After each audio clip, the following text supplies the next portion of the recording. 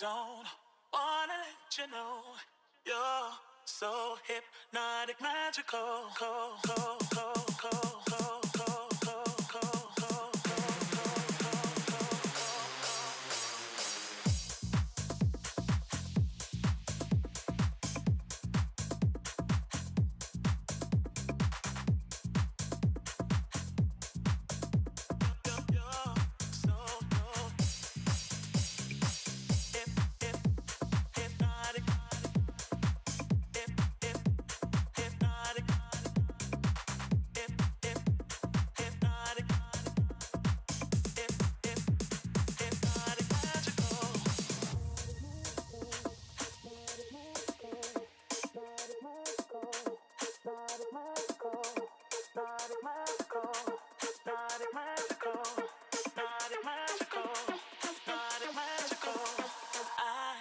Don't wanna let you know you're so hypnotic, magical.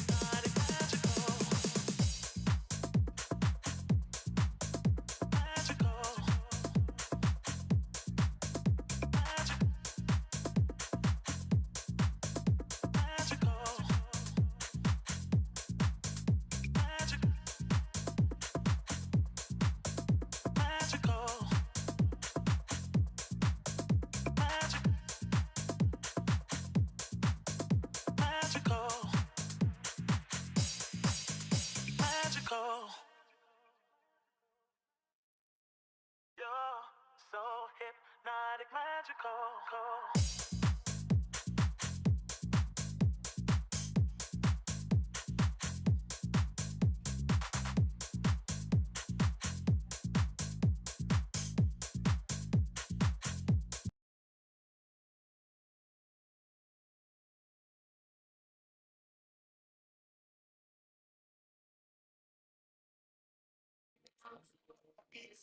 Hello and welcome to this JumboCast presentation of In Conference NESCAC Women's Basketball live from Cousins Gymnasium.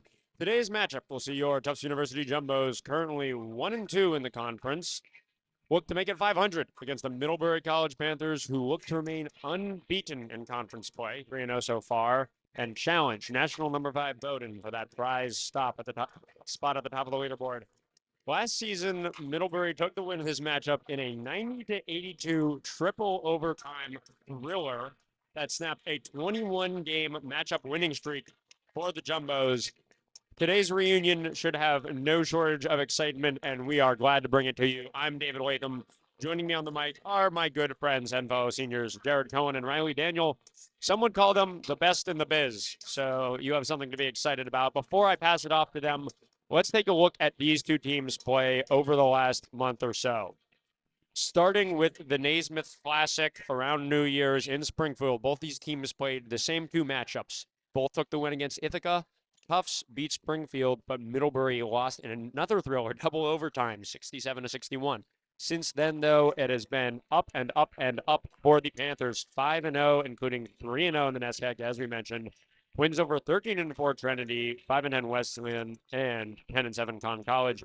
Meanwhile, for the Jumbos, 2-3, 1-2 in the NESCAC. Rough losses against Bowdoin, who of course is a powerhouse right now at 15-0, and Moore Middle and Colby 7-7. Yesterday's win against Williams, 10-5, was something to be excited about looking forward. They corrected their shooting woes and will look to continue the hot streak here today. Speaking of hot streaks, a key element of Middlebury's success recently has been the senior superstar, Alexa Mustafaj. Riley, tell me a bit about her performance. Well, you can say it might have been recent, but that's really not true. It's been since the moment she stepped on campus. 21 or 22 points per game on the year. That is equal to her career high. She's averaged more than 20 points a game every year of her career. 1,980 career points entering this weekend, which means She has an opportunity to do what no one has done before in the NESCAC. That is cross the 2,000 point barrier here today on the Cousins floor. So that is something we will be keeping an eye on. And you've got to feel that she is an integral part to Middlebury's game today if they want to win. Yeah, right. I mean, you mentioned success for a long time. I would list out her trophy cabinet, which I have here in front of me, but there's only 2 minutes until the game starts, and we might ride along. So I'll pass it over to Jared, who's going to give you the keys to the game for both sides. Yeah, thank you, David. I think coming into today, it's a little bit more straightforward if we're looking at Middlebury. What do they need to do to get out of here with a win? They have been probably the better team so far this season, and so it's pretty straightforward for them. Number one, you got to limit turnovers. You kind of can just look at Middlebury's 3 losses this season and see what they need to do better to avoid those results. 3 losses this year, 21.3 turnovers in those 3 games. They're 12 wins, 13 wins. Under 13 turnovers a game. That's an 8 turnover difference. So you avoid that, you put yourself in a good spot. Same thing. Don't leave points at the line in their losses. 60% from the line. In their wins, you're getting closer to 70. It's just playing clean basketball. And same thing about keeping the ball moving. They have a dominant threat in Mustafaj, but in their 12 wins before going into Friday and then their 13th win yesterday, they averaged 12 assists in their wins, only 6.5 in their losses. So it's pretty straightforward for Middlebury. Do the easy things right, and you can get out of here with a win. For Tufts, meanwhile, it's a little bit harder to pin down. They've had an inconsistent rotation so far this year, but if you're Tufts, first thing you got to do is you got to get physical. You're going against one of the better rebounders in the league in Augusta Dixon. You have multiple bodies to throw at her, but you can't let her take over the game down low. She's going to be the biggest player on the floor. You've got to vary your offensive approach as well, because if the threes aren't falling, sometimes the best situation is not to shoot your way out of it. We look at the Roger Williams game. Tufts was 5 of 34 from 3 that game. That's digging yourself into a deeper hole. And then lastly, Tufts has had success coming from behind at times, but it's never a good strategy to put yourself in a hole at the beginning. So finding a rhythm early, maybe looking at Monet Witherspoon, that'll be a key for Tufts today. Thanks, Jared, and we'll take a quick break for the national anthem.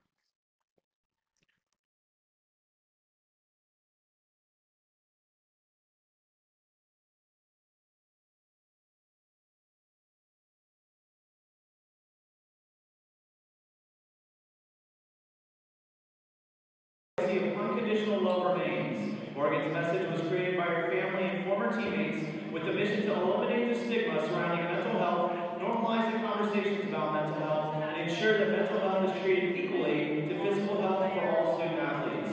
For more information for Morgan's life and legacy and how you can help those with mental health struggles, please visit morgansmessage.org or our table at the front today. Ladies and gentlemen, remove your hats at this time for a moment of silence and remembrance of Morgan Rogers.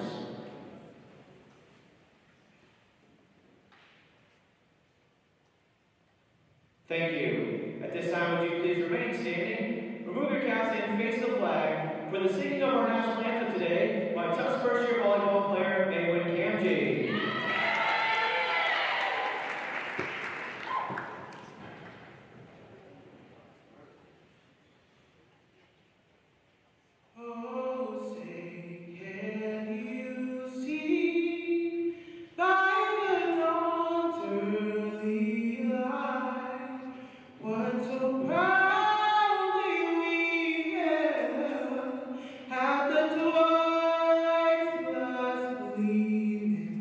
Who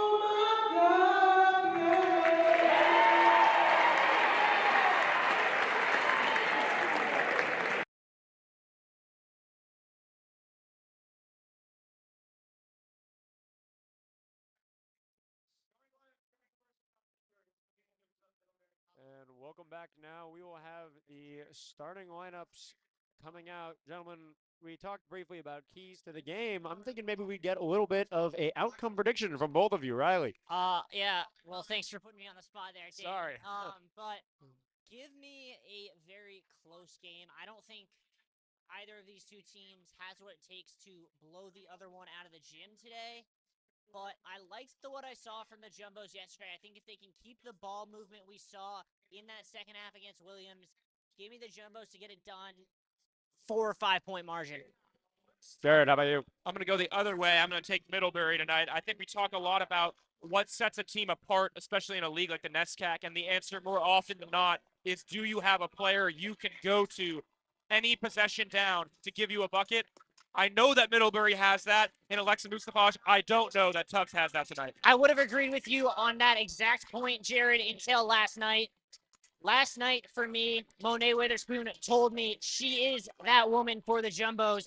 She took over in that fourth quarter, and I think when the Jumbos need someone to step up today, they will turn to their star first year. And let's take a look at your starting lineups as they're coming out here. For the Jumbos, it's the freshman sensation you mentioned, Monet Witherspoon, Annika Decker, Sophia Gonzalez, Stella Galanis, and Caitlin O'Boyle. Meanwhile, for the Middlebury College Panthers, it is Alexa Mustafaj, Brooke Collins, Augusta Dixon, Callie Messina, and Callie Tornweeny. No real surprises in those starting lineups. Stella Galanis gets the spot in place of the injured Annie Aspesi. She was really good in her last 2 games, had 7 points off the bench against Colby before finally getting her 3-ball to fall a little bit last night against Williams.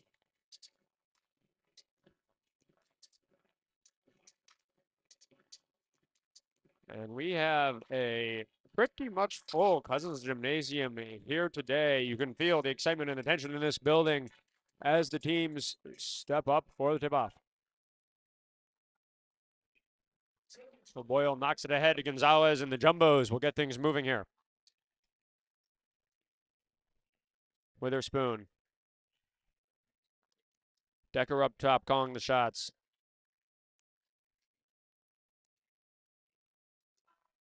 To her left. Gonzalez in motion. Witherspoon hits it down low. One up. Got it. Fundamental basketball from Sofia Gonzalez. Great look there. Gonzalez comes off the backdoor pick. Witherspoon finds her down low with the mismatch. Down low. Tornweeny can't get it to fall, and Gonzalez interrupts the rebound. Galanis up top. Chops it off for Decker. Witherspoon on Collins. Tufts looking to work it around the outside. Looking for options. They haven't found any so far. They've got 9 seconds to do so. Decker to her left. Spins. Galanis with 3, 2. Witherspoon has to put it up at the 1. Long. And no rims, so they'll call shot clock violation.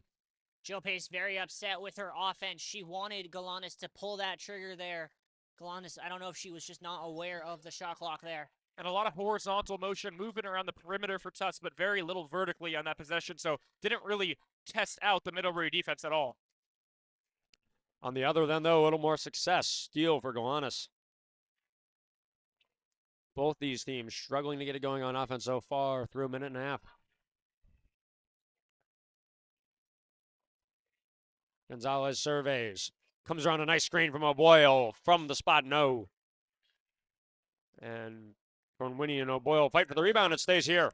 Good work there from Caitlin O'Boyle, crashing the boards. That was something they were able to do very effectively yesterday. Her and Galanis on the offensive glass was a big part of giving them extra chances.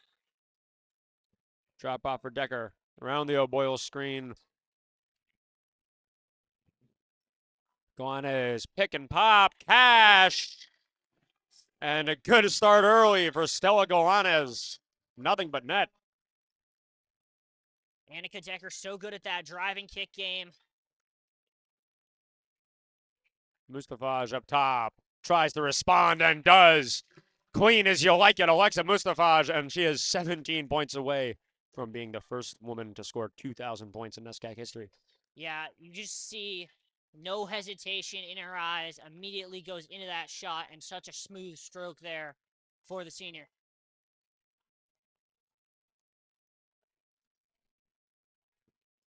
Gonzalez, Messina on her. And the pass is poorly timed to Decker coming off the off-ball screen. Out of bounds, Middlebury ball.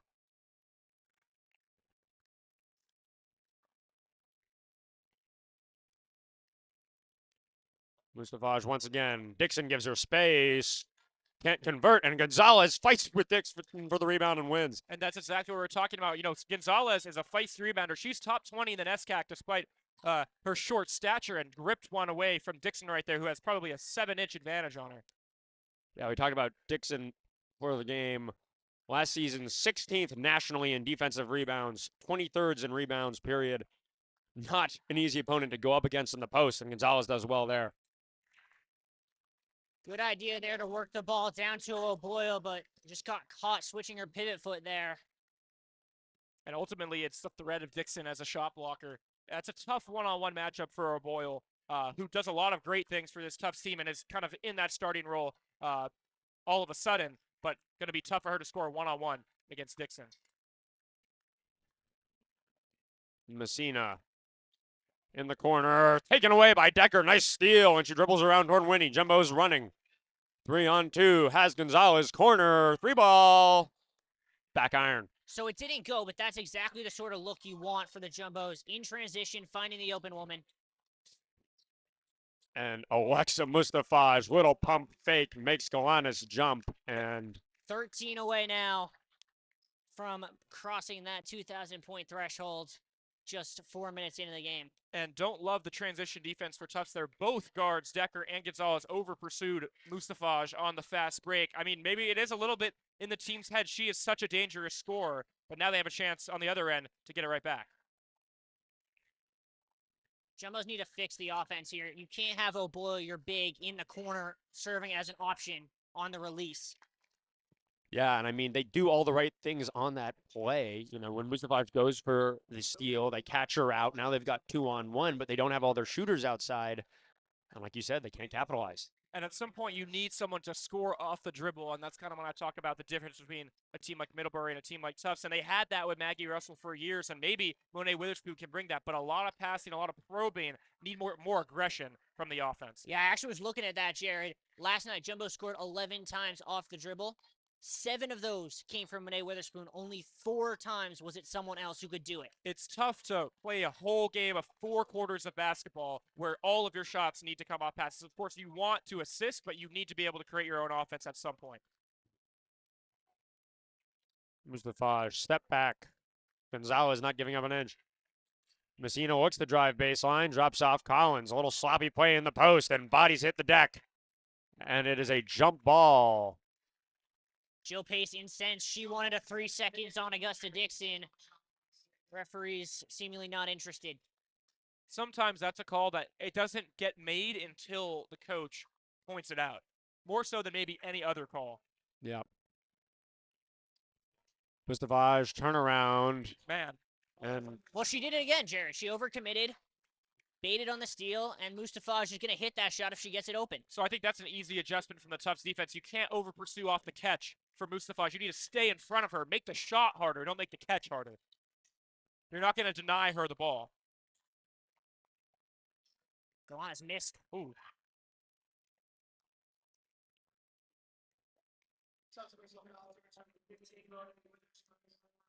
And Coach Pace calls a timeout for the Jumbos. Maybe something she wants to see shifted, especially on the defensive end. We talked about, I don't think Mustafaj has hit the rim yet on a spot-up jumper.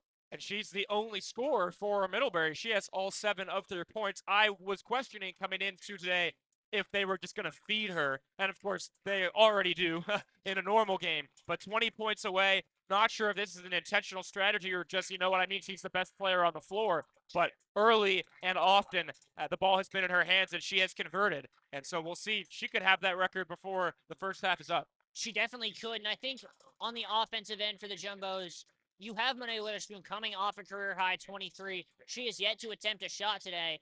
Give her the ball clear out some space. When she gets 1v1 against a woman, good things happen for this Jumbo's team.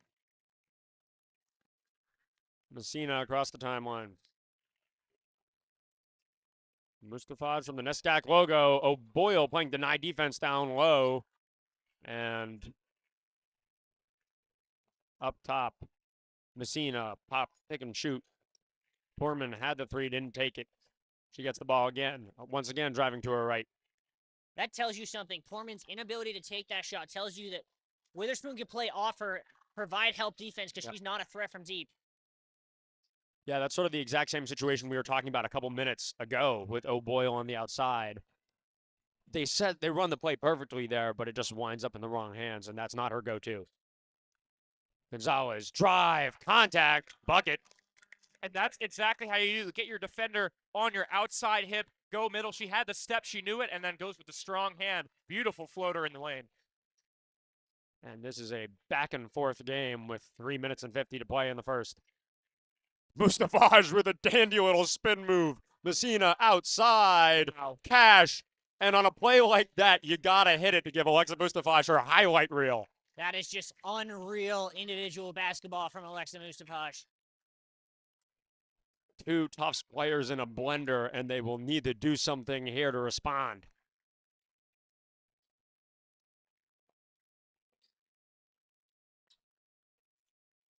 Gonzalez to her left, turn around, and she does so. Gonzalez, a problem for this Middlebury defense down low. And it looks like as great as Messina is on the other end of the court, I think Gonzalez has the advantage in that matchup, especially off the dribble, so that's something you have to look to attack now that you've seen you can get buckets out of it. Foreman from the stripe, no luck. And Tufts will run.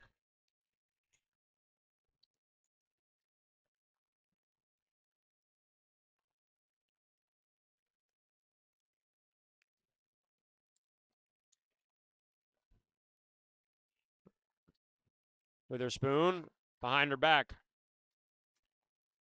Nothing going on this possession. Decker looking to change that drive, and she does. Again, I think a lot of the sets that the Jumbos are running so far just aren't really putting any pressure on the defense. When they move vertically, they're having a lot more success. So I think you need to get downhill more often. That's how they've scored last 3 times down. Collins, kick to Poorman. Wants Dixon down low. 24 on 24 post up. No luck, and it was straight up for O'Boyle. Ref doesn't want to foul. Solid down low defense from Caitlin O'Boyle. And the Jumbo's defense has looked much better this weekend after the calamity that was their defense in Maine last weekend. Witherspoon. Gonzalez, no luck. Heat check, and she was not ready for it. Oh, and they'll call a jump as Annika Decker ties it up with Alexa Mustafaj on the drive. And you'll take it.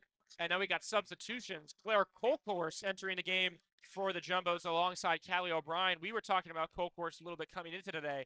A freshman, one of several freshmen making an impact on this Tufts team, and primarily a shooter. 23 shots on the year. 21 of those have been threes, so be prepared to see her let it fly. The rotation has been tightened a little bit the last couple games, and it'll be really something to watch in terms of is that a key for the Jumbos to get a consistent winning streak going. Yeah, Colcourse last night was really used in that catch and shoot role with the on-ball guard kind of looking for her as the corner release if the man switched to the middle. O'Brien! Contact goes from her left to her right. A little Larry Bird action and up off the glass. Chance for 3 at the line. We were talking about it a little before we came on air that Callie O'Brien, as we see in the replay, looks like her sophomore and junior self last night for the first time this year. There it was again, that ability to drive through contact and finish at the rim.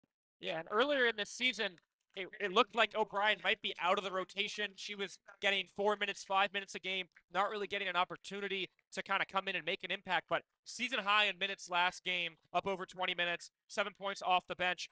Again, if you can get that type of production, again, she was really an integral part of a team that went deep into the NCAA tournament, brings a whole new dimension off the bench if it's consistent.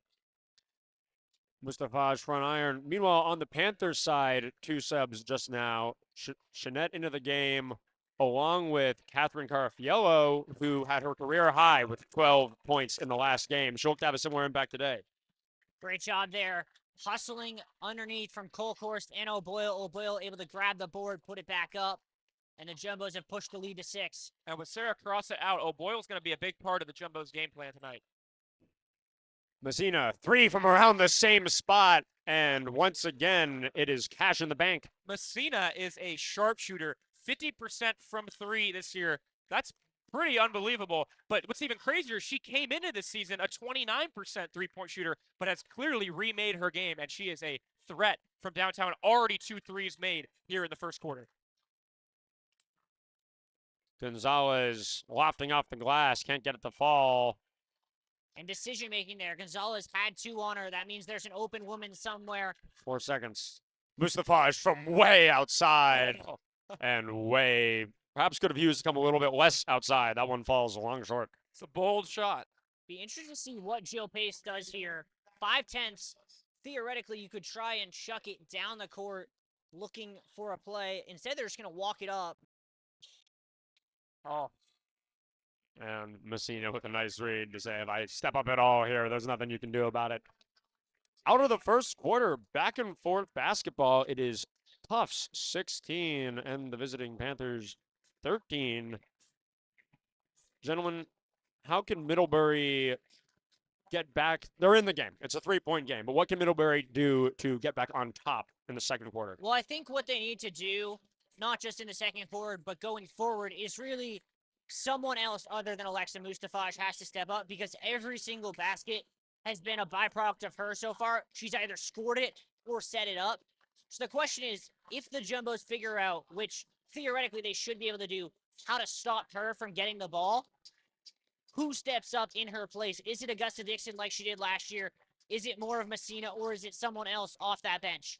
yeah, I think it's just kind of a question of what strategy you take to get there. I would like to see a little bit more pick and roll with Dixon maybe as the roller. And find a way to get the ball into other people's hands and then play off of that. Remember, Dixon had 35 points and like 17 rebounds in that triple overtime game against Tufts last year. She's coming off her best stretch of the season, over 20 points last game. Over her last 6, she's up over 15 points of over 10 rebounds a game. There's no point having that type of momentum in a player and not taking advantage of it, especially when, look, Sarah Crossett's not playing. This Jumbo team is not really known for its defense inside. You're probably going to have to see Michaela Paquette at some point, who is also not a great defender on the block, does a lot of things, but you could take advantage of those matchups if you're Middlebury, but you have to put in the effort to do so. We'll see how long O'Boyle can stay in. Right now, she hasn't left the floor. I was just thinking about that, Jared. This would be, I believe, the longest she's played consecutively to start a game at any point this year. And as if on you, speak of the center, Caitlin O'Boyle with a takeaway down low. She might be winning that matchup so far through one quarter. So great for Tufts. That's part of the reason they're up 3. Now Middlebury needs to find a response. I mean, you talked about Dixon, a double-double machine so far this season, especially in NESCAC play. 21 and 15 against Conn College, 11 and 12 against Trinity. And right now, it's Tufts that's winning the battle in the paint. And it's the O'Boyle show. If she keeps playing like that, Jill Pace is not going to take her off the floor. Yeah, really a coach's dream so far down low has been Caitlin O'Boyle's performance. Yeah, Dixon has 7 double-doubles on the year. She's averaging a double-double. She averaged a double-double last year. So, that is status quo. And right now, it's the Jumbos. It's been on them to break it, and they have. Gonzalez, good hustle play down low. And once again, you have to think that Coach Pace is happy with what she's seeing on the sideline. I mean, nifty defense from Gonzalez. Seal off the edge, use her left hand to reach back and knock it out of bounds. Don't make anything easy. Don't let anything be easy for Middlebury. That's kind of been the Jumbo's defensive game plan so far, and it's worked. Mustafaj, step back on Colkhorst. Every part of the rim except between it. And some will tell you that's the worst shot in basketball. And, you're going to cut. I mean, as good as Mustafaj is, you're probably okay giving up step back long 2s. I mean, if it's a 3, that's one thing. But it's an inefficient shot for 2 points. You're happy with that. Especially when you're in a mismatch with Colkhorst on her. If she's taking a 22-footer, you're living with that if you're Jill Pace. Great backdoor screen and cut, and Witherspoon has nothing to do but lay it in. Yeah, Textbook offense from the Jumbo. Shot of the day for Renee Witherspoon, and she picks up right where she left off last night. Gonzalez fighting around the screen. The help is O'Boyle and Witherspoon, and it's just enough. Mustafaj, who couldn't miss to start the game, cooling down just a bit. Started 3 for 4, missed her last 4. She's 3 for 8 now. Once again, Tufts, a lot of off-ball movement, looking to set something up. Witherspoon on Carafiello, winds up with it. Gonzalez, wide open tray. Splish, splash, Sofia Gonzalez. And there probably isn't a better sight for the Jumbo offense as we get another timeout. Gonzalez was 3 for 5 from 3 yesterday. And I mean, that means a lot for this Jumbo offense. 2 seasons ago, Gonzalez was arguably the best three-point shooter in the NESCAC, one of the better three-point shooters in the country. It's been rough since then, at least efficiency-wise. But 3 for 5 yesterday, hit one today. She's kind of cooking in the paint, doing all sorts of different things. You really couldn't have asked for a better start and a 10-point lead now. Yeah, no, I think what Sofia Gonzalez as a shooter brings is just a complete transformation of this team, because if you have Sofia Gonzalez shooting like she shot as a sophomore, this team goes from a team fighting to make the NESCAC tournament to a team contending to win the NESCAC, because she is that good and opens up that much in terms of opening up the lane for the likes of Annika Decker, Monet Witherspoon, Stella Galanis on the ball. And I think you're just really happy if you're Coach Pace with Sofia Gonzalez's shot chart so far today, right? She's taken 2 threes. Both of them were open looks. She's made 1. And the rest of her shots have been off the drive, in the paint, mid-range. We know things that can get you into a rhythm rather than coming out of the gates, shooting a bunch of threes. You don't make them. Now you're in a rut. Get that out the way, and you play in rhythm like they have so far. That was one of my keys, and I really think that they have turned that key so far. Yeah, you have to think that on the Middlebury side, Coach KJ Krasko a little bit less pleased over the last few minutes, specifically the shot from her team, the kind of quality of looks they've been taking. If you like fun and you like facts, you'll like this. Head coach KJ Krasko of the Middlebury Panthers is a Medford High School, where we stand right now, Hall of Famer. But she Back did go in the to day, so a bit of a homecoming. She went to Colby Sawyer. Yep, also a Hall of Famer there. She is at Medford High School, Hall of Famer. Big minutes here for the Panthers with Mustafaj off the floor. Dixon fighting 3-on-1, and that is what we like to call a losing battle. And Gonzalez is so good at that specifically. You use the help defense, just the player in the paint is blind. You coming off the weak side, grab the ball, it's a jump ball. Jumbos need to prevent the quick catch and shoot. Only 2 on the shot clock.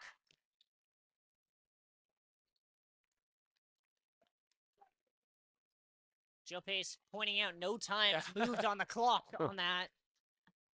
So we'll do it again.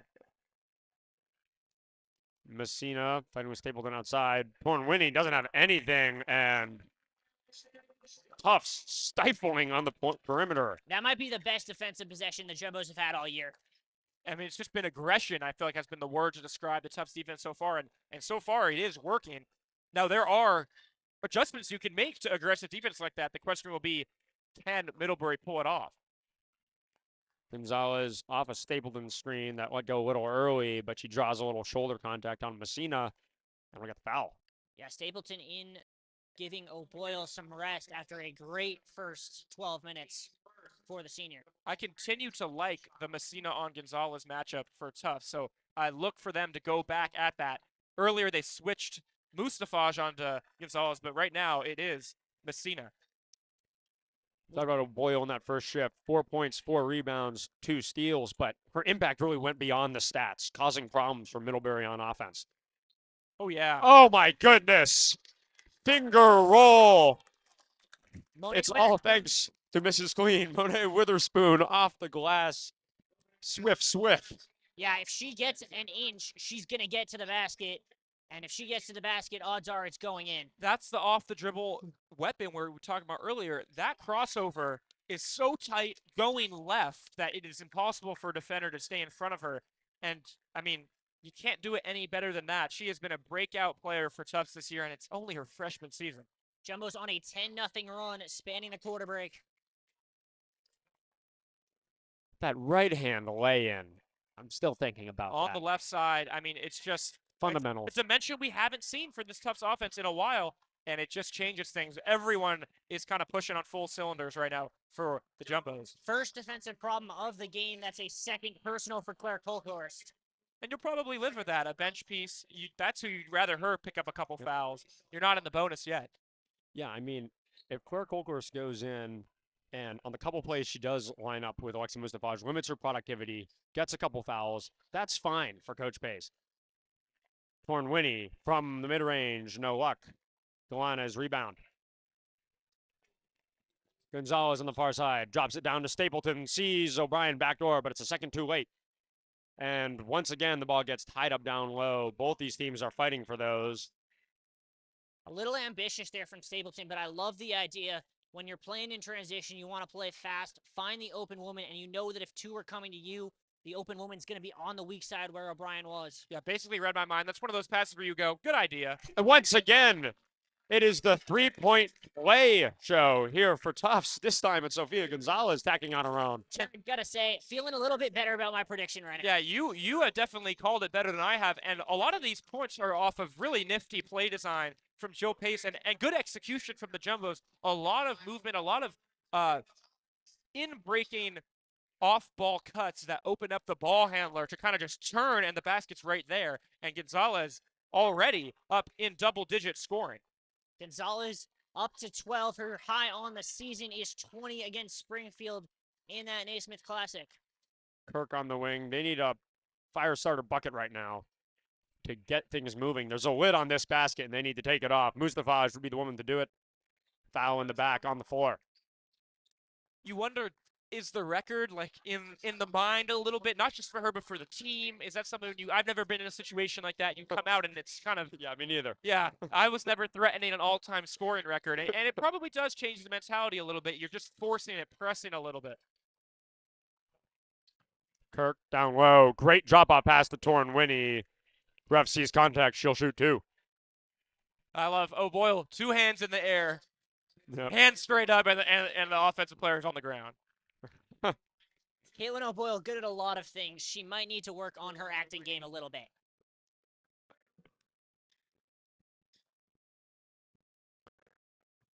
Torn Winnie's first will go. Unfortunately for the Jumbos, that one actually charged to Monet Witherspoon, so that's her second. And so that's the flip side of playing aggressive defense. You're going to rack up some fouls. You have 6 minutes left in the second quarter. You still have time. Torn Winnie 1 for 2 from the stripe. That's been a point she struggled with a little bit this season. .588 on those attempts.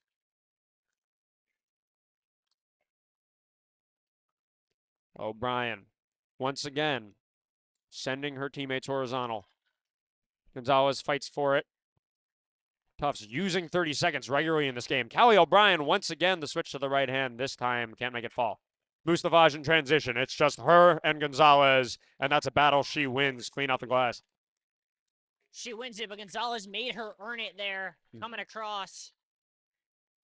Could see Gonzalez frustrated with herself. She wanted that block, but Alexa Mustafaj just too good in transition. Monet Witherspoon.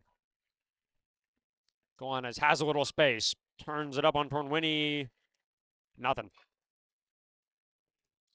Mustafaj. 1-on-2. Gets the bucket and wanted a third point from the ref, but she'll take 2 anyway. And that's what the Jumbos can't afford. They cannot let Alexa Mustafaj get hot. 2 possessions the Jumbos haven't been able to get back defensively, and she's hurt them back-to-back times in transition. Gonzalez up top. O'Boyle outside against Dixon. Gonzalez drives and draws the foul on Kirk. So if Mustafaj, she's at 11 now. She gets to 20. Is this like a LeBron type situation? Do they stop the game? I don't know. They didn't when Megan Graff broke the program record for Bates here 2 years ago. There was a discussion about that pregame, but they decided not to. I don't know if there's a different protocol for 2000 because, you know, we've never been in this situation with anyone before. Down low, Dixon's in the way.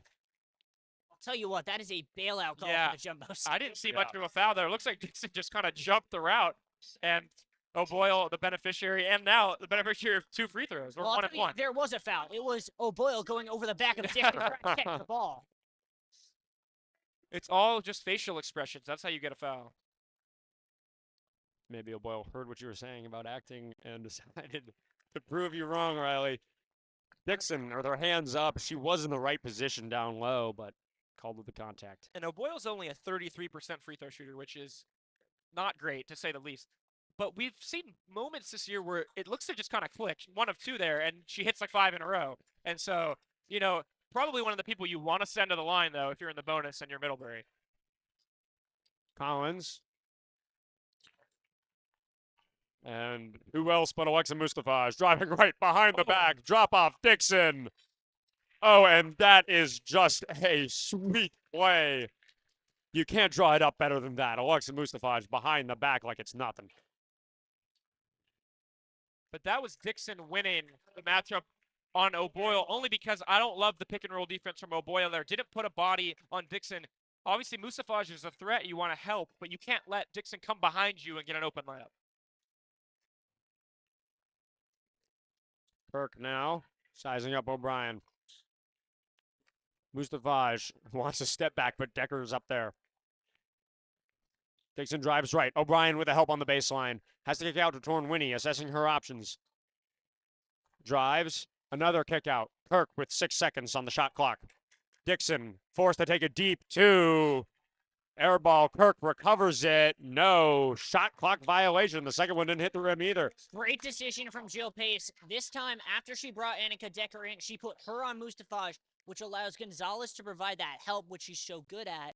And Decker just has that foot speed to stay with Mustafaj on the dribble, preventing her from getting anywhere. And then the Tufts defense gets in rotation, Torn when he gets the ball, and is just too slow to move it.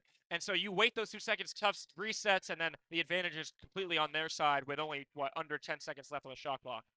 Yeah, exactly, Jared. The tide turns on that play with that Callie O'Brien double on the baseline, and then Torn Winnie can't turn it around quick enough. Gonzalez wants it back. She missed that first 3. Don't think Eyes on the clock. 3. Think it was what Jared referred to as the worst shot in basketball. It's not just me, I swear. 4 seconds. O'Brien rejected by Dixon, and they'll say there were too many steps first anyways. Jared's shaking his head, but I think that's the right call. I do think she slid a foot there to get around Augusta Dixon. Yeah, I thought she might have been tripped, and it was contact. I thought it was going to be a foul call, but understandable on the travel. And now we're under 3 minutes. This is kind of the, with 2 minutes, 45 seconds, you're down 10. If you can get this to 5, you're very happy if you're Middlebury. Yeah, I mean, it's damage control at this point. Seeing how they've played so far and the quality Tufts has played with, if they can go into the break only down 5, that's kind of a dream scenario. And I don't like that shot from a great shooter, but just not a good situation. And early in the shot clock, off the dribble, again, a long 2. That's not what you're looking for. Once again, Tufts moving horizontally. Decker, pump fake, drives, has a little space. Both these teams using a lot of shot clock, moving it around. O'Brien with 6, drives through her right. Kick out, Decker has it around the 3 spot, pulls up. Oh my goodness! And it might not be how you drew it up, but it's the points that count. Annika Decker, smooth as silk from deep. And that's an open 3. I mean, late in the shot clock, kind of everything goes wrong, but that's an open shot, and it's one that I'm happy to see Annika Decker take and knock down. And if you're the Panthers, what are you doing there? Because as that is jumbo ball, Annika Decker, not someone who's going to pull the 3 very often, but she's a good 3-point shooter, and there are 1 second left on that shot clock. You cannot be giving her an uncontested look straight on. And yes, straight on top of the key, step up 3 is one of the easier shots for someone like Annika Decker. So happy to see the aggression and a big swing, really. Gonzalez, once again, it's backdoor cuts, and it is getting loud here in Cousins. Jumbo's on a roll. Gonzalez knocks it away from Kirk. Messina, drop low. Poorman all alone and uses the glass to her advantage. Great drive there from Messina. Saw the help coming, got rid of it to the open woman. And the Panthers needed that bucket right now.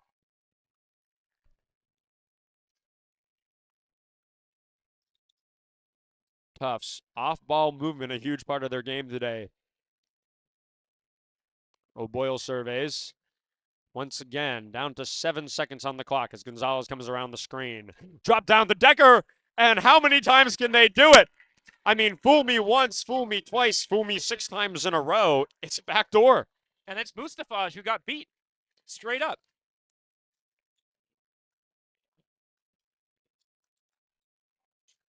Mustafaj around the screen. Floater. So she gets it right back. Jumbos will hold here for the last shot. Lead at 13, can extend it as high as 16 going into the break. Shot clock turned off. Decker up top on Messina Honor. To her right. Seems like they're getting a fake call from the Middlebury bench, and it works to some extent. Ryan goes up early. Dixon, though, will try a football, and it won't count. Going into halftime, it has been the ideal, almost, half of basketball for the Tufts University Jumbos. They lead by 13 going into the break. Stick around for a commercial, and we'll be back with you shortly, giving some first half analysis.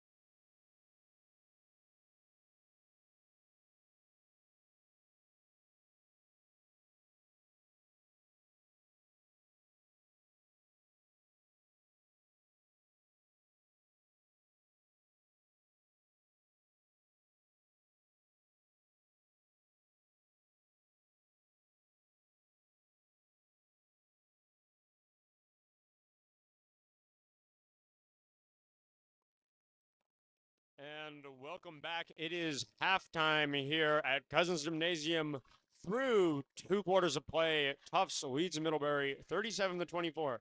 In the first quarter, pretty close. Tufts came out only up 3, 16-13, but then they turned it on offensively in the second quarter, scoring 21 and building up this 13-point lead they have now. But Middlebury, some solid play, especially in that first quarter. Jared, talk me through what they did well through 20 minutes. It hasn't been all bad for Middlebury, and I think first, more than anything, Mustafaj has been pretty much as advertised. She's got 13 points. She's at 50% from the field, knocking down mid-range shots, and really being the focal point of the offense. That's what we thought it would be, and that's been great. Same with the shooting for Messina. Here again, Mustafaj off the dribble, sets up Dixon, That's the only 2 points we saw from Dixon in the first half. So we'll talk about that a little later in terms of things to improve. But basically, you have Mustafaj, you have Messina. They both have fulfilled their roles. Messina 2 threes in the first quarter. It's really going to be more on the rest of the team to step up in the second half and maybe find a more balanced offensive approach. You're not out of this game yet. You've been a better team than Tufts for most of the season so far. It's not out of the question that you could stage a comeback in the second half. It is definitely not out of the question, but the Jumbos really performed their best half of the season in that first half against Middlebury. And as we take a look here, you can just see it. This is Callie O'Brien back at her best, going through contact, finishing. You can see the teamwork really going as she finishes that one, puts some emphasis. You see her, Gonzalez, Boyle, Galanes with that kind of camaraderie.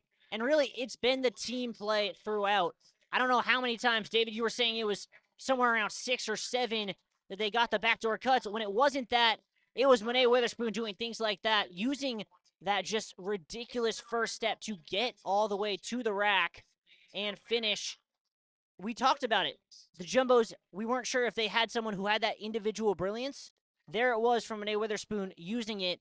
And then here we see what was really the problem for Middlebury and the Jumbos' unique advantage in that first half.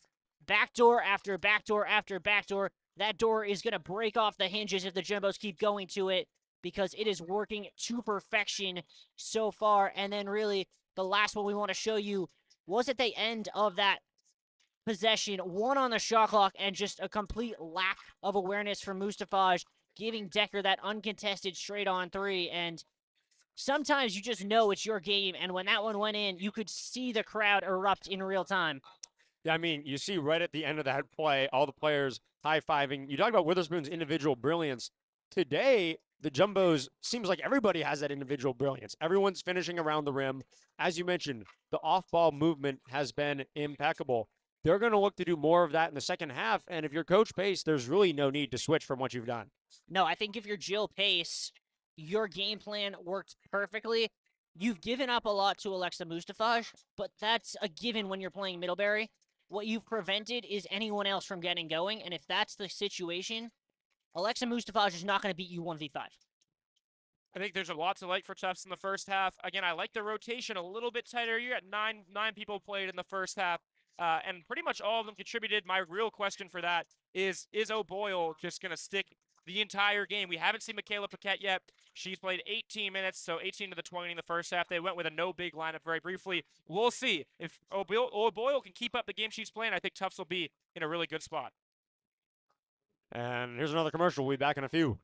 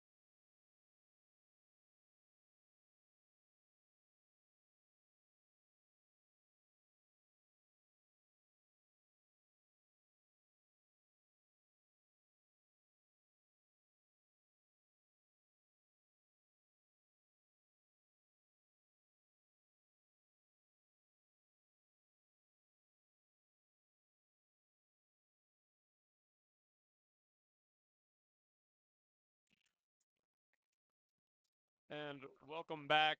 I am back here discussing what we've seen through 20 with Riley Daniel and Jared Cohen. Jared, one thing we talked about going into this game was Augusta Dixon's impact down low this season. We said before the game, she's listed as a guard, but that would be kind of like listing Jared as a cameraman because the work she is doing is really down low. We talked about how the Tufts trio of Sarah Crossett, Caitlin O'Boyle, and Michaela Paquette was going to control her in today's game, and so far it's been O'Boyle. Tell me about that. Yeah, I mean, this graphic was a bit snarky, but it was to prove a larger point, which is that Dixon has been one of the more dominant centers forwards in the league so far this year. And the Jumbos have kind of had a hodgepodge of options. Crossett has been strong at times. We've seen a lot from O'Boyle. Paquette has had limited minutes. Crossett not in the lineup today. She's out, so you can subtract her. But really, we were looking at can this rotation of bigs for the Jumbos kind of match up with the production of Dixon, who had 21 points, 15 rebounds, 2 blocks, and 4 steals yesterday versus Conn College, averaging 15 and 10 over her last 5, 7 double-doubles in the year, over a block and a half per game by herself. You combine all the Tufts bigs, they're not even at a block per game, but that defensive impact we haven't really seen so far today. The Jumbos have found ways to get around her, mainly off-ball screens. So win for the Jumbos so far, despite what this graphic was telling us coming into today. Yeah, and I mean, through the first half, 2 points, 3 rebounds for Dixon, which means she's on track for around half of her normal stats in both of those categories. Another thing we've seen have an impact today and recently is Monet Witherspoon, freshman sensation, and also Claire Colcourse contributing heavily to this Tufts lineup over the last few games. Riley, tell me about those players. Yeah, we look at this graphic here. Obviously, the freshmen coming into this weekend had played 570 minutes. They're averaging more than double any other freshman class's minute threshold of any team in the Jill Pace era. But really, it's been a resurgence since winter break. They've played more than 400 minutes now as a class. And you look at today's game, just looking at the numbers, Claire Colcourse in 4 minutes, plus 12. In a minute 48, Siobhan Stapleton's a plus 5, and Monet Witherspoon's a plus 9. If all of your freshmen are running positive plus minus, you're going to be in a good spot. Shows you just how talented this recruiting class is. Yeah, that's exactly right, Riley, and they'll look to do more of the same in the second half. Join us for that in just a few minutes.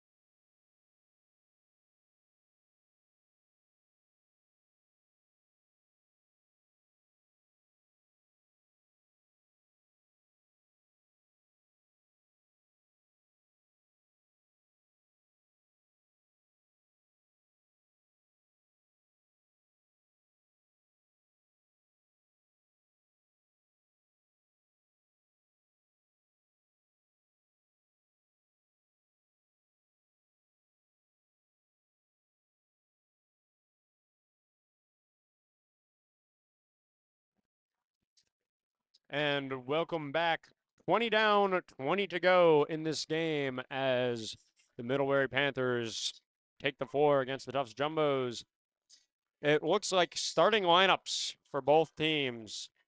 On the Middlebury side, once again, Tornwini, Messina, Mustafaj, Dixon, and Collins. For Tufts, O'Boyle, Witherspoon, Gonzalez, Decker, and Galanis.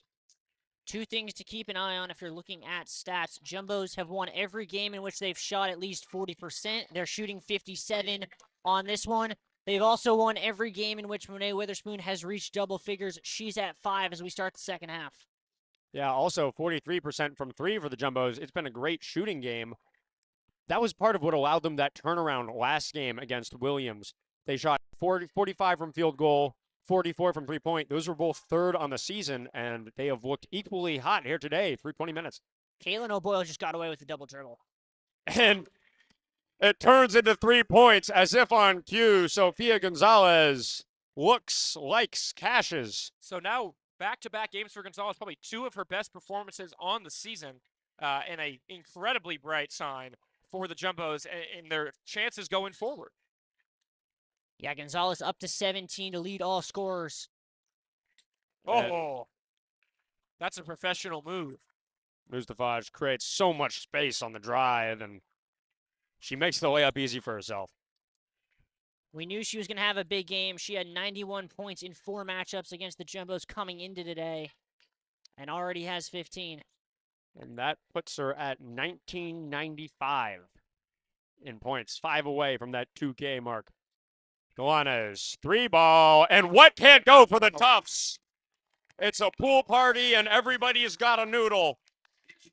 What can they miss? That's a new one. Yeah, I don't know if I've heard that before. I might have just thought of it.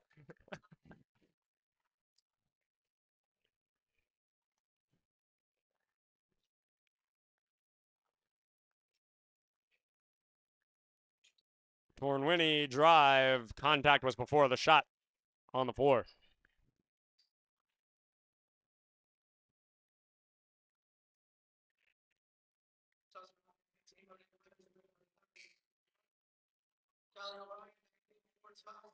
And O'Brien entering the lineup for Witherspoon. Tufts, as you mentioned, Riley, when they're shooting like this, they really are a dominant team. It opens up so many different elements of their game, and if they can keep this hot streak alive, it is looking good.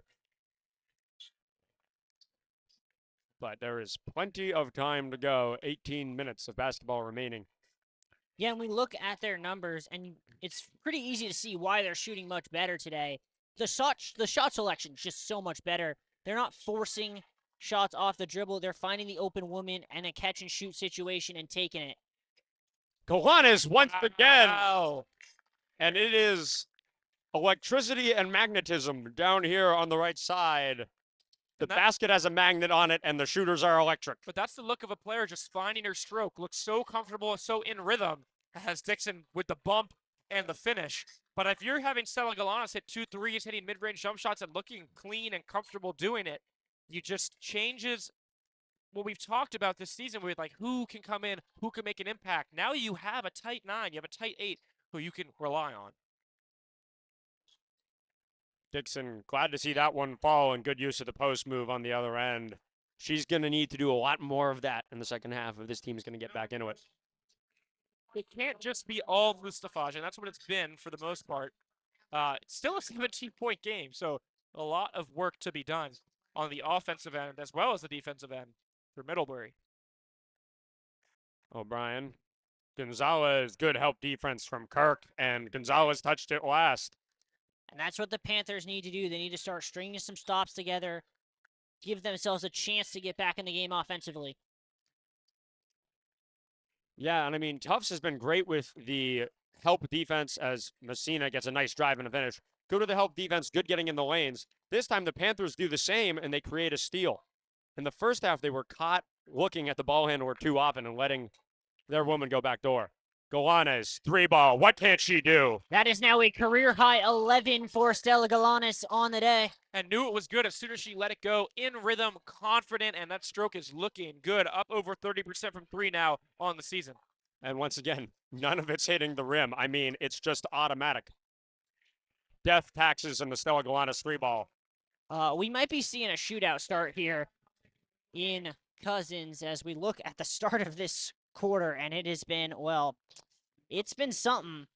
Middlebury's put up 9 points in the first 3+ minutes. The Jumbos responding with 11 themselves. And it was Messina who just hit that three. That's her third three of the game, and we had a spotlight on her coming into today.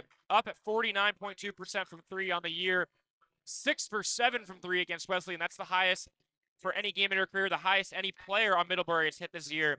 Multiple three-pointers in 8 straight games to start this year, and I mentioned it earlier, but really the kicker in all this is that coming into this year, she played 2 full seasons and was a 29% three-point shooter. So whatever adjustments she made in the offseason, they were legit, because we saw her in warm-ups, we've seen her today. That is a real jump shot. That's not a fluke. Yep. She can shoot the lights out, just hit one from the corner, and when you're down 15, you're going to need volume from three-point range, and Messina is really the one player, aside from Mustafaj, who can give that to Middlebury.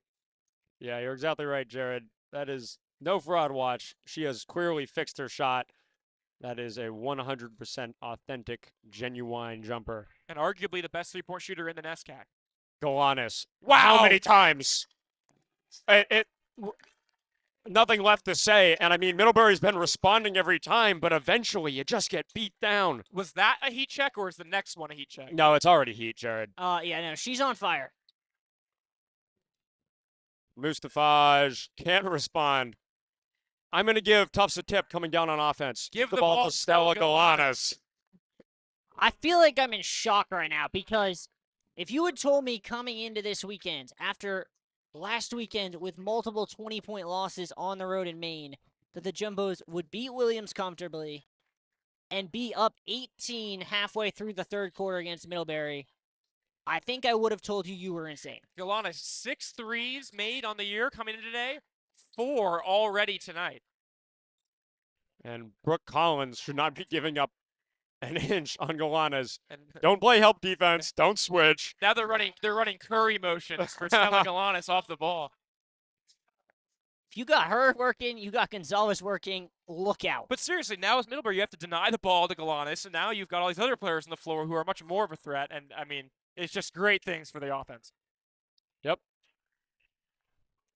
Boyle got caught switching the feet again there.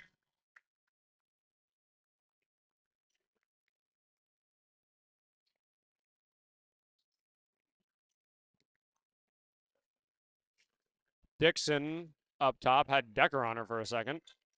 Bit of a mismatch. Middlebury swinging around the outside. Now it's Kirk. But great job there on the help.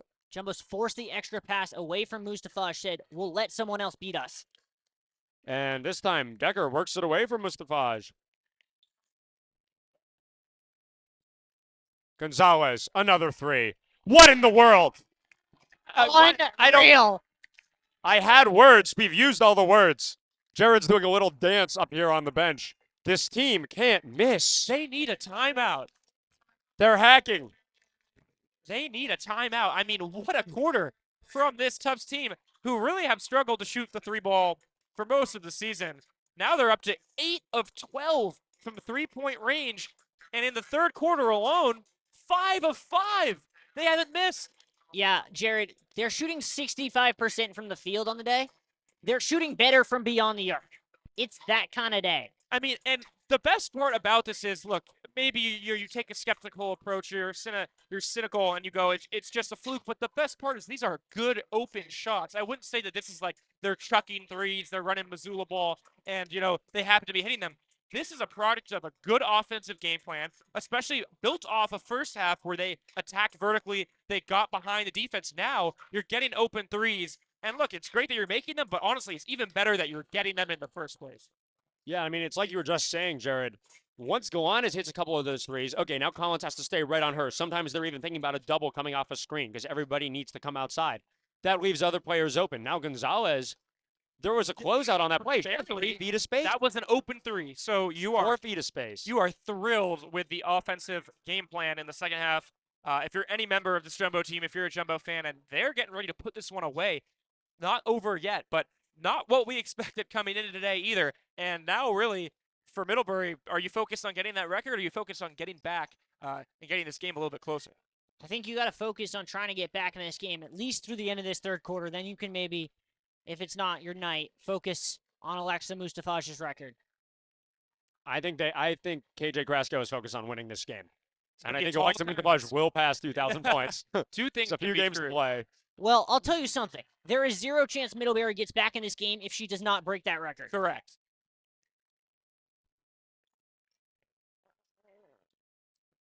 Decker, drop pass, Stapleton, O'Brien, Decker. Playing hot potato out there. Tiki-taka in basketball. O'Brien, 3-ball. And it's front rim. A rare sight here today in Cousins. Oh, well. I really thought that one was going down.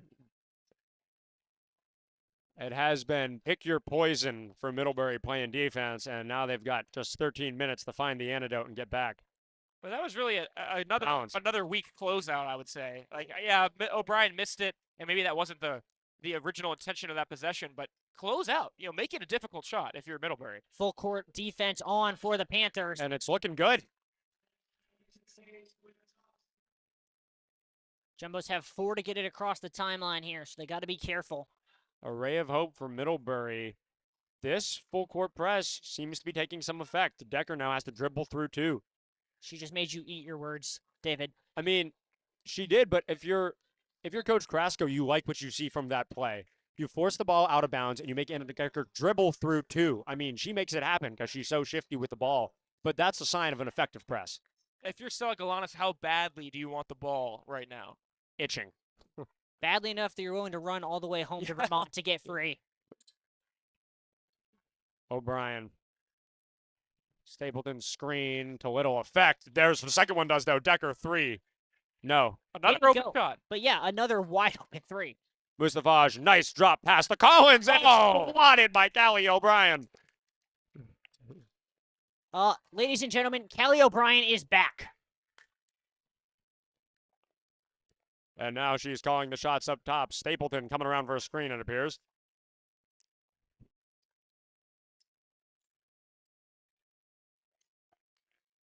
Decker to her right. Colkhorst.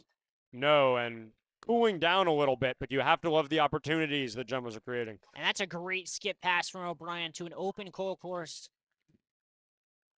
Mustafaj, nice dribble and a little bit of contact from O'Brien. Foul on the floor. I think even more importantly for the Jumbos, they're playing these last 3 minutes pretty much even, but they've done that with Gonzalez and O'Boyle on the bench. And Witherspoon.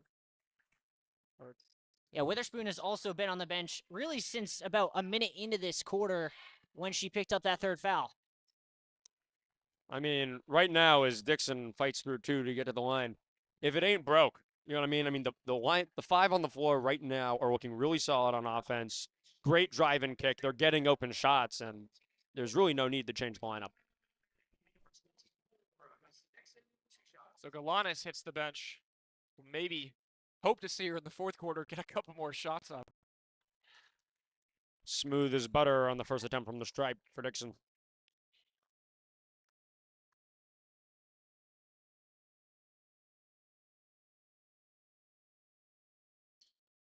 And it is a fruitful trip to the stripe. 2 points, and now a 17 deficit. Great zone break there. Colkhorst, 3-ball, no. And once again, you can't ask for much more in terms of ball movement and press break for Tufts. It does look a little bit like Missoula ball right now, but every possession is ending in an open 3. Yeah. There were definitely some threes in previous games that you're like, why are you shooting that ball? I don't think there's been a single one of those tonight where I've questioned the decision to take an open 3. Totally agree.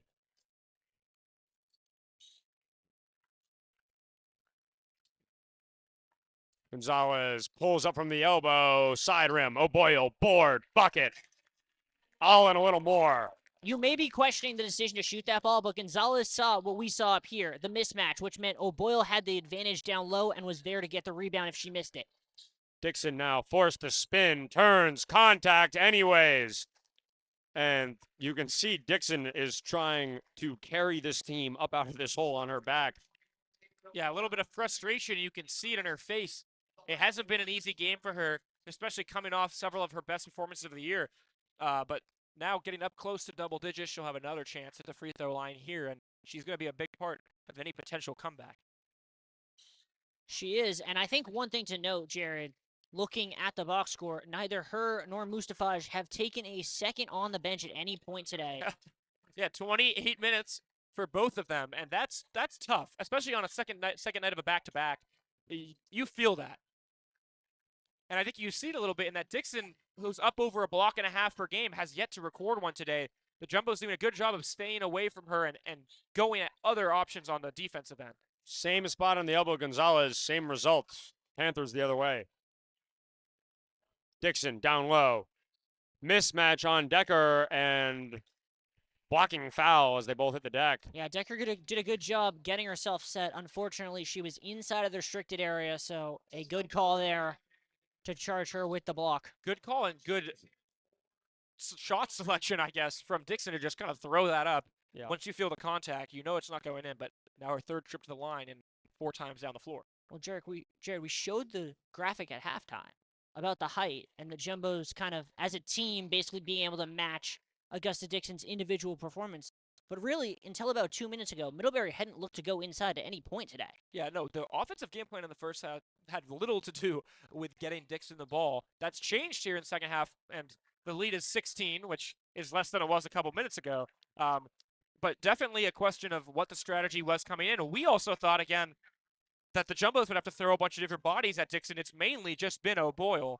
And when it has been O'Boyle, they haven't really done a direct one-on-one matchup. And as you just mentioned, Dixon hasn't left the floor. Yeah, and I mean, O'Boyle so far up to task. Dixon, pretty high productivity over the last couple minutes. But before that, it was Mustafaj sort of playing alone with Messina on the wing as well. Gonzalez pops out, guarded by Kirk. Has a lot of passes open to her in motion. Now it's O'Brien. Spot up from the corner, short. And the fire seems to have been put out in terms of Jumbo three-point shooting, although the shots are, as you said, still there. Kirk drives left, little contact, bucket. That's a nice move. It is. I do question the decision, though, because they could have held for that last shot. Jumbo's now going to get a last possession here if they can go. 4 seconds. O'Brien driving. Oh, yeah. How is that not a foul? And Gonzalez. 1 chance, 2 chance, red chance, blue chance. The third one goes in.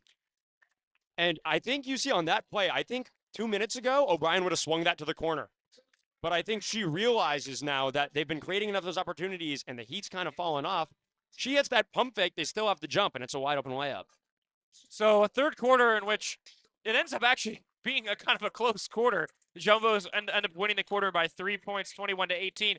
It was actually Middlebury who shot 64% from the field in that corner. The Jumbos started off 5 for 5 from 3, 6 of 6 from the floor, but they've missed 5 threes consecutively since then. You'll take it. It's still a 16-point lead, but good job from Middlebury to not let it get away from them. They kept up everywhere but the three-point line. They got to the line, drew some fouls, so not the most competitive game, but a 16-point lead going into the fourth is somewhat surmountable. It is, Middlebury. but when you look at that box score, why the Jumbos are winning, and it really has to do with where Middlebury is getting their points from. You look at their 3 leading scorers in Mustafaj, Dixon, and Messina. They have 35 of the 42. They've gotten 7 points from the rest of their roster. And the fact of the matter is, the Jumbos have done a good job forcing those 3 into less than ideal shots. Mustafaj's taken 15 shots to get 15 points. Dixon's taken 6 to get her 9. And Messina's taken 7 to get 11. Yeah, and we talk about efficiency sometimes in terms of percentage. what percent do you shoot at? And Tufts is winning that at 54% from the field, but sometimes efficiency is about getting shots up, and that has been part of the difference. Tufts has attempted 43 shots. They've made 23 of them. Middlebury's attempted 35 shots. They've made 17 of them. That 8-shot attempt difference is huge in a game like this. So the Jumbo offense has been really efficient. Even though they only are winning the offensive rebounding battle by 5, which is somewhat significant, they've been efficient in getting shots up. Witherspoon, no back iron, and 1. the call is, Boyle thought for a second that it was over the back, but they were calling Kirk for the body she threw as Boyle was going up. Boyle just reached up, Yep. grabbed it. The body was in front of her, and that's an and one. Oh, I didn't even know. Yeah, I mean, and really that is one of the things that I think should be terrifying for Middlebury on their hopes of trying to get back in this game. The Jumbos just brought in Monet Witherspoon, who basically got to sit the entire third quarter. Yes, this rotation in terms of impact players so far today has a big advantage of rest in this fourth quarter. Also, Jumbo's winning the offensive glass margin by 6. I don't think we saw that coming today as well. Mustafaj, step back, pull up, and around all sides of the rim and out. Well, not only that, they're winning the rebounding margin in total by 11. This is a team that averages losing the rebound margin compared to a Middlebury team that wins it by mid to high single figures on an average night. Yeah, we were looking at before the game. Tufts pretty even. They lose the rebounding battle by 0.3 rebounds a game, but Middlebury's up 4 on the game. That's notable. So to be down as they are so far this game speaks to the work that the Jumbos have done, for sure. Mustafaj, drive, flick. Oh, my goodness. That is just unreal. Oh, my days. I mean, forced outside, little Magic Johnson baby roll, and to get that fall is nothing short of magic.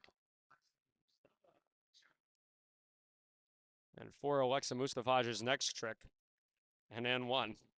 Yeah, that does mean her next basket will be the one that puts her over the 2,000-point threshold.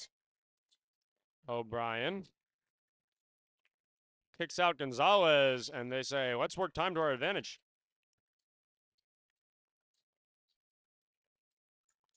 Two screens up top.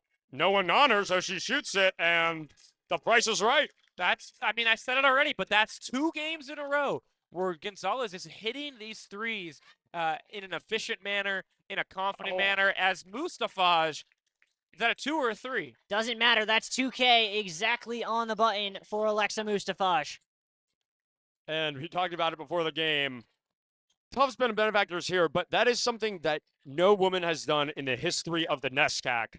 Alexa Mustafaj, it's really considered an incredible feat when you score 1,000 points in a career in D3 basketball. That is 2,000 for Alexa Mustafaj. That is it. 20 points on the day and 2,000 points on the career for Alexa Mustafaj. She's focused right now on getting back into this game, but we will take a moment to recognize what an incredible achievement that is. Today, 20 points, 9 of 18 from the floor, 4 assists, and it's just been something she has done and now it pays off.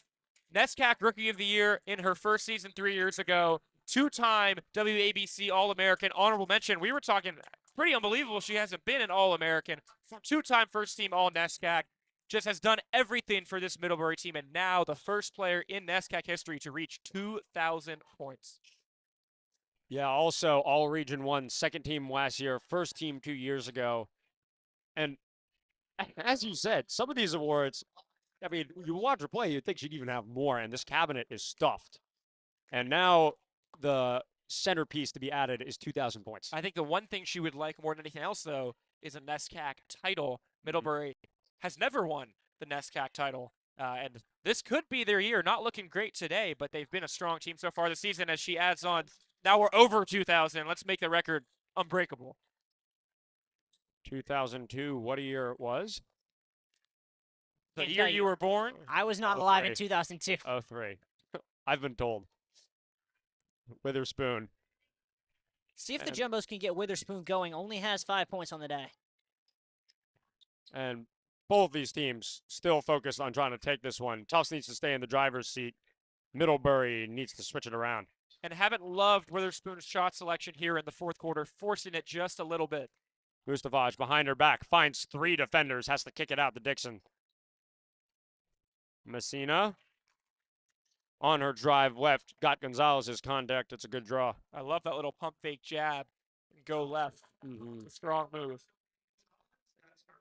And O'Brien now, you said, Jared, maybe the shot selection could have been better. Witherspoon will talk it over on the bench.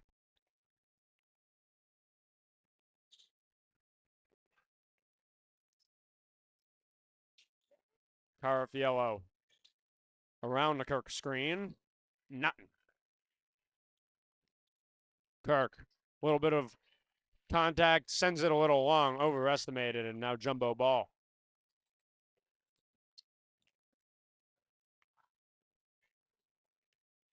Decker. And Tufts can take their time on offense. 6:50 to play. Everybody's in motion. O'Boyle sees Goanes. 7 seconds now. Round that O'Boyle screen. Top of the key. Once again, iron. Goanes recovers it, and now it'll reset. What a game she's had. Decker using momentum to her advantage. Gets space on Dixon. Her own rebound. I love the decision from Decker not to shoot the 3. Pump fake and drive, and now you get another possession. Yeah, and Dixon has to close out hard. Gives up space, and another Tufts rebound means more shot clock. They almost get another one, but Goanes taps it last, and it'll go the other way. And if there was any question about it before, I think Riley kind of mentioned earlier, Callie O'Brien solidly back in the Tufts rotation. That wasn't always a question we had an answer to this season, but now it seems pretty clear. Mustafaj up to 24. It's a 13-point game now with 6 minutes remaining. Tufts looks good, but they need to kind of find their shot again and control Alexa Mustafaj. She's kind of getting whatever she wants on offense right now. Yeah, that wasn't the case through 3 quarters, but really in this fourth quarter, the Jumbo seemingly taken their foot off the gas just the slightest bit, and Alexa Mustafaj doesn't need more than an inch. She'll take the mile. Yep. Yeah, 2 for 9 from the field in the quarter, and a lot of these have not been easy shots, so you want to get back into that rhythm you were looking at earlier. And they're calling it a double dribble on Decker. That's the right call. Yep. It was a little shielded from here, but yeah, you saw her have to turn around there and give the credit to the Middlebury defense. High intensity now up around the perimeter. Great. Oh, And Dixon's screen sends Decker to the deck, and the referee will call it.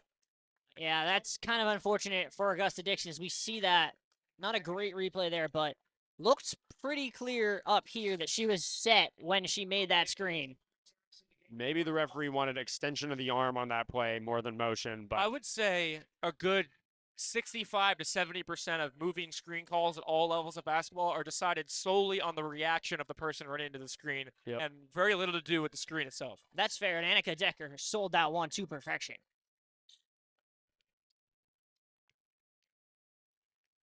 Jumbo's back in that horizontal movement we were talking about in the first quarter when they were struggling offensively. Gonzalez around the screen. Dribbles left, loses it. Witherspoon lines up with it. 11 seconds on the shot clock. O'Brien was unguarded for a second. Decker drops it off for Witherspoon. And happy feet. Once again, turnover Jumbos. The clock is your friend at this point if you're the Jumbos. Only 5 minutes left, and it's a 13-point game, but that has been a kind of a mess in the fourth quarter. Yeah. And it looks a lot more like the very beginning of the game where it was just like forcing it, trying to figure out what's going to work on offense. And they're lucky that the travel goes right back the other way. Yeah. We're seeing some really great basketball in that third quarter, and seemingly, except for Alexa Mustafaj, both teams really showing the fatigue of a 2-game NESCAC weekend here in the fourth. Yeah, it definitely looks a little bit. We mentioned that the Tufts can use all their 30 seconds. It's starting to look like that is the primary objective. Slowing it down, as you said, Riley. They've played a lot of basketball over the last week. Gonzalez, drive, contact, charge. Kirk was set, and they'll call it the other way. I don't like that call. I'm pretty sure, I'd love to see a replay, but I'm pretty sure she was inside the restricted area. Let's take a look. Absolutely. I mean, I couldn't see You where the can't feet see started, where but it sure seemed like there was at least a heel in the restricted area. Here's another look. Yeah, I think the heel was on the line. And you missed it down on this end, but the Panthers created 2 good looks down low. Couldn't get either of them to fall, so the Tufts will wipe their brow. Haven't gotten away with that one. Still up 13 with 4 to play. Witherspoon and back and forth. Kirk, good help defense. Nice fake pass from Gonzalez. There's a reach around the back. Clean. Jumbo's caught out here. 3-on-2. Mustafaj wants a 3-ball splash. And all of a sudden, they've got Mo on their team. Momentum, 10-point game, 3:48. And this time, the reach around is called. Mustafaj gives it right to the ref, sparing not a moment. Yeah, I don't think the Jumbos have enough of a lead that they can really afford to be playing. We're going to kill the clock at this point. I mean, they did. They did, but by playing kill the clock, they squandered some of that lead. Yeah. You just got to see a bucket go in at this point. Yeah. And it's rough to have that last one, which was their best finish so far, be that charge. Witherspoon sees the screen, doesn't want it. Out to O'Boyle. Drives, Dixon, turnaround, up. Once again, nothing can fall. Good O'Boyle knocks it away and can't control it. So Middlebury will hold on. We saw daylight and it turned to darkness. It seemed like Tufts couldn't miss, and now they're really struggling. They just need a basket. I like the move Joe Pace just made, sending Stella Galanis to the scorer's table. I do too. If you're Middlebury, you get a basket here, and it's anyone's ball game. Pull up 3. No, contact on the back. Good positioning from Gonzalez, and she'll force the net to make the foul. Yeah, really great game from Sofia Gonzalez. 25 points, 5 rebounds. It's really been 2 Jumbos that have led the charge today. Well, really 3, because Galanis has been so good from the outside, but a double-double now on the day for Caitlin O'Boyle. 10 points and 11 rebounds. And I believe, if my math is correct, that's going to send Callie O'Brien to the line. And they've been having success on defense, but as they see this game draw closer, perhaps a little overzealous for the Panthers. A couple fouls now on the defensive end in this last minute.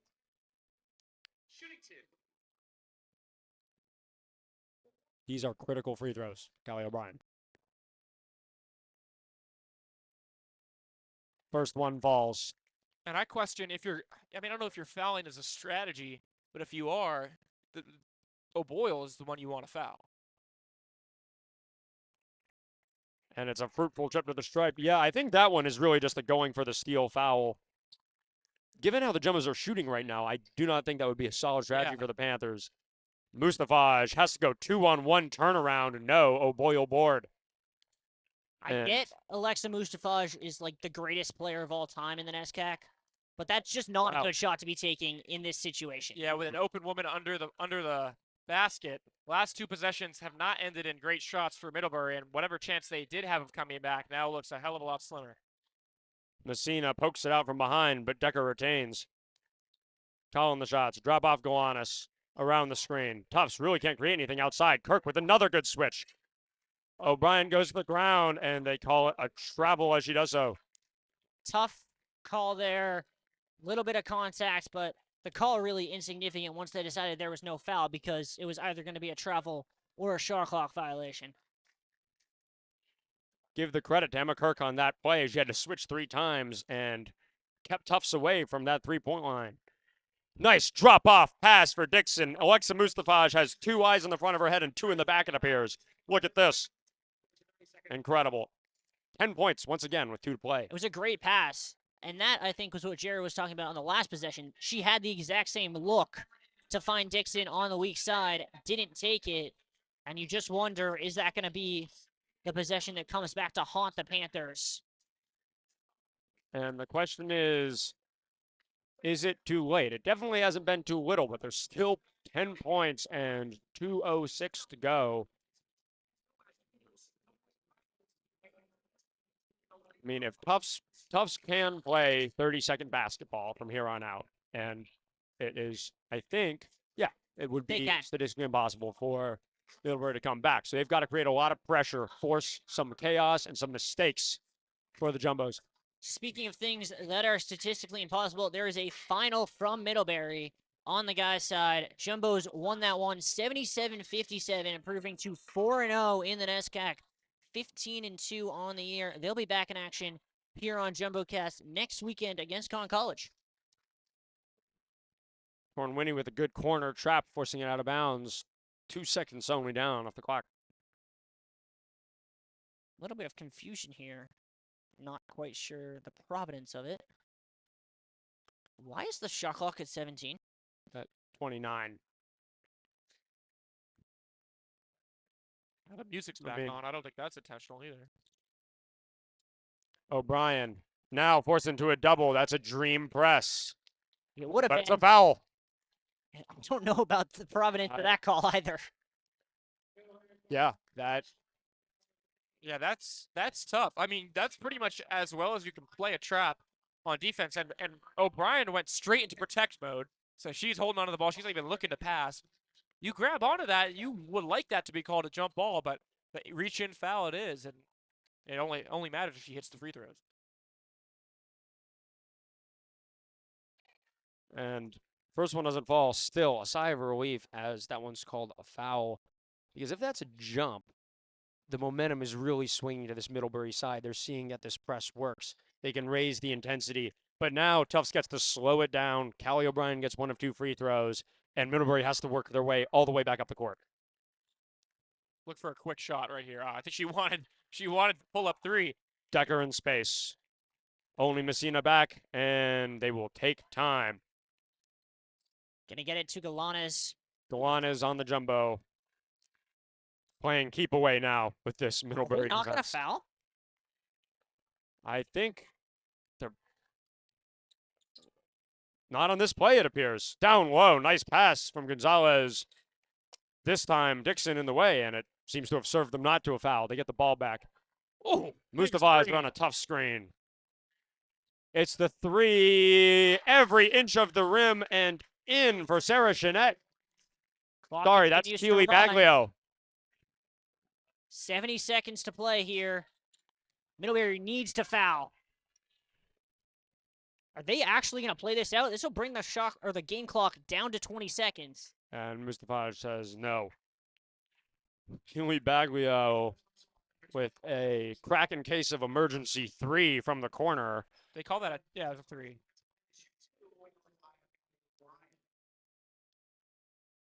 If you're the Jumbos, I think the plan at this point has to just be Alexa Mustafaj cannot shoot the ball. I don't care if we're giving up open 3 somewhere else, but as Gonzalez did, forcing that turnover a minute ago, when she looks like she's going to shoot, you got to just step to it, make someone else beat you.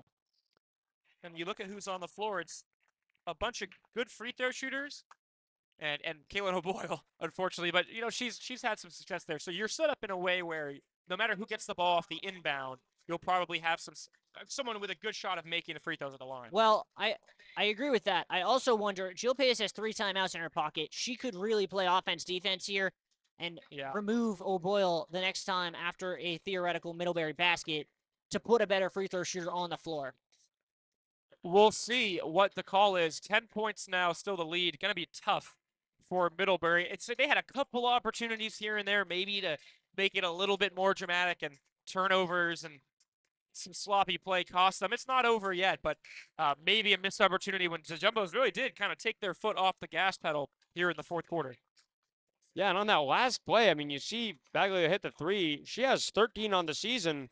Sort of a surprise to see her get so little usage, so few minutes in today's game. Yeah, when she put the ball up, I almost was like, okay, she seemed maybe hesitant to shoot it, but she has had some success from behind the arc so far on the season. It's just been really all about 1 or 2 players for the Middlebury offensive game plan today, and she hasn't been a part of that.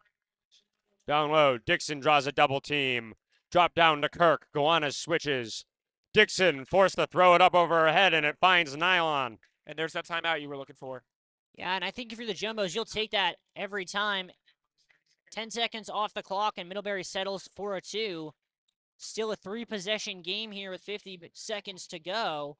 Be interested to see who Jill Pace puts in place of O'Boyle.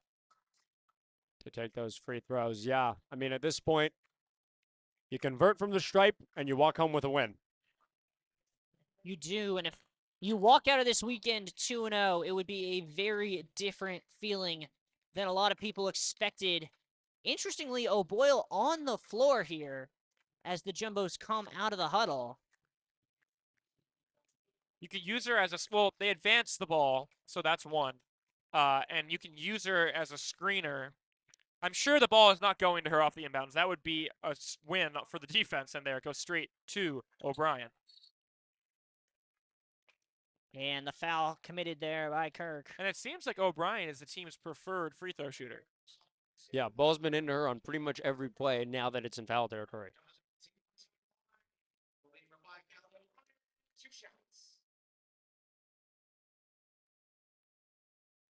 And there's an example of why first one smooth.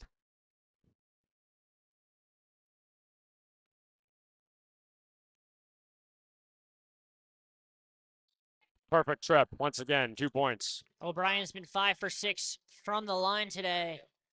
Came in only shooting 75% from the line on the year. Galanas leads the team from the line, shooting 90%. Mustafaj has faced 3 Tufts defenders in 5 seconds on this possession. Kirk forced to huck up a 3 off to the right, and Tufts will get it back with a 10-point game. Here it is into Galanas. Sees O'Brien in the middle. Now she has Decker, and Messina does not foul in time. And perhaps now they'll just let this one out. 22 seconds to play. Yeah, I think Middlebury is going to call off the Dogs. Jumbos were asking a lot of questions, or they're not going to call off the Dogs because Alexa Mustafaj never going to give up before the final whistle. Yep. Jumbos were asking a lot of questions about themselves after last weekend in Maine and that really shocking loss at Colby. Those questions have been answered. This is a Jumbos team that has what it takes to compete in the NESCAC when they are playing at their best. And really, this feels like the first time we've seen them at their best for more than, say, 2 quarters in a row this weekend. Yeah, I mean, talk about some of the turnarounds from, it looked like a different team last weekend versus this weekend. In the game against Bowdoin, who admittedly is national number 5, as Valio gets the layup, is national number 5 and is undefeated at 15-0. They looked good until that final stretch, and then they gave up that 18-4 run to lose the game. 3-point shooting hurt them. They were .263. Then in the Colby game, 28% from field goal to Colby's 52. You don't win a game with that deficit. 26% from 3. And then this weekend, it has been night and day from 3-point land and really from everywhere in terms of efficiency. 44% yesterday. Then you look at today, 48%. It's the golden rule. We've talked about it all year. Jumbos shoot greater than 40%. They win the game always. That holds true both times this weekend. They go to 2-0 on the weekend, 2-2 in the NESCAC, and move themselves to 11-6 on the year. Here's another thing from that. One thing that jumps out on this stat sheet is Middlebury shot 50% from 3 and 51% from field goal. So if Middlebury's getting their shots to fall, they're not really struggling in terms of shooting, and you're still able to pull out an almost double-digit win. This is a dream game for the Jumbos, and they look good right now. We're going to step aside momentarily. We'll be back in a little bit with the post-game interview. Stay tuned.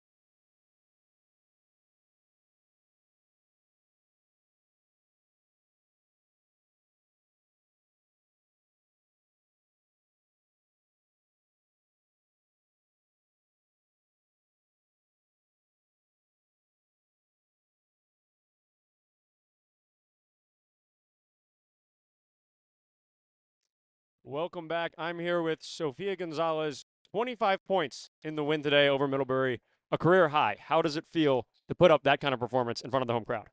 I said this at halftime. I think the reason that I was able to do that is just because we were having fun. It just felt natural. We were all just flowing together so well. And I think the 25 points was just an added plus, and it makes me feel good, of course, but it makes me feel good that I can help my team this way and we can get this big win over Middlebury. So, yeah. Yeah, really solid turnaround weekend for you guys. 2 wins. Williams, Middlebury was undefeated in the NESCAC until this game. What was the perspective coming into the weekend and the mindset that let you guys get those wins? I think that we were very motivated by our unfortunate last weekend. And I think for us, that was a lot of motivation because we knew we were a lot better than what we performed. And I think that was just leading motivation, I guess, for this weekend. And I think that's why, we came out with the dub with Middlebury and Williams, too. So, Nice. Little rest now, 7 days until next weekend. yes. Going into Con College, what's the perspective moving forward? I mean, nothing really changed. I mean, we just got to play our game, stick to our principles. I mean, everybody who's watching, you saw how we played. We played well together. When things went awry, we figured it out. But that's the thing that we do together. And I think that we just need to remember that no win is given. And we have to, work hard to find success. So. Awesome. Thanks, Sophia, and congratulations on the Thank you. performance. Thank you for joining us. I'll let you go. Thank you. Thanks. Sorry. Well, that's all she wrote, folks. 9-point Tufts win over Middlebury, handing them their first loss in NESCAC play. We'll be back for more women's basketball in the coming weeks. So come back for that. As always, stay home safely. I'd like to thank Max Antonini. We have an 8-person crew. That's an all-time high. Max Antonini, Riley Daniel, and Jared Cohen. That's a lot of people. Sebastian here. Carson was here. Emma's here. Thanks for watching. That's all I got. God bless.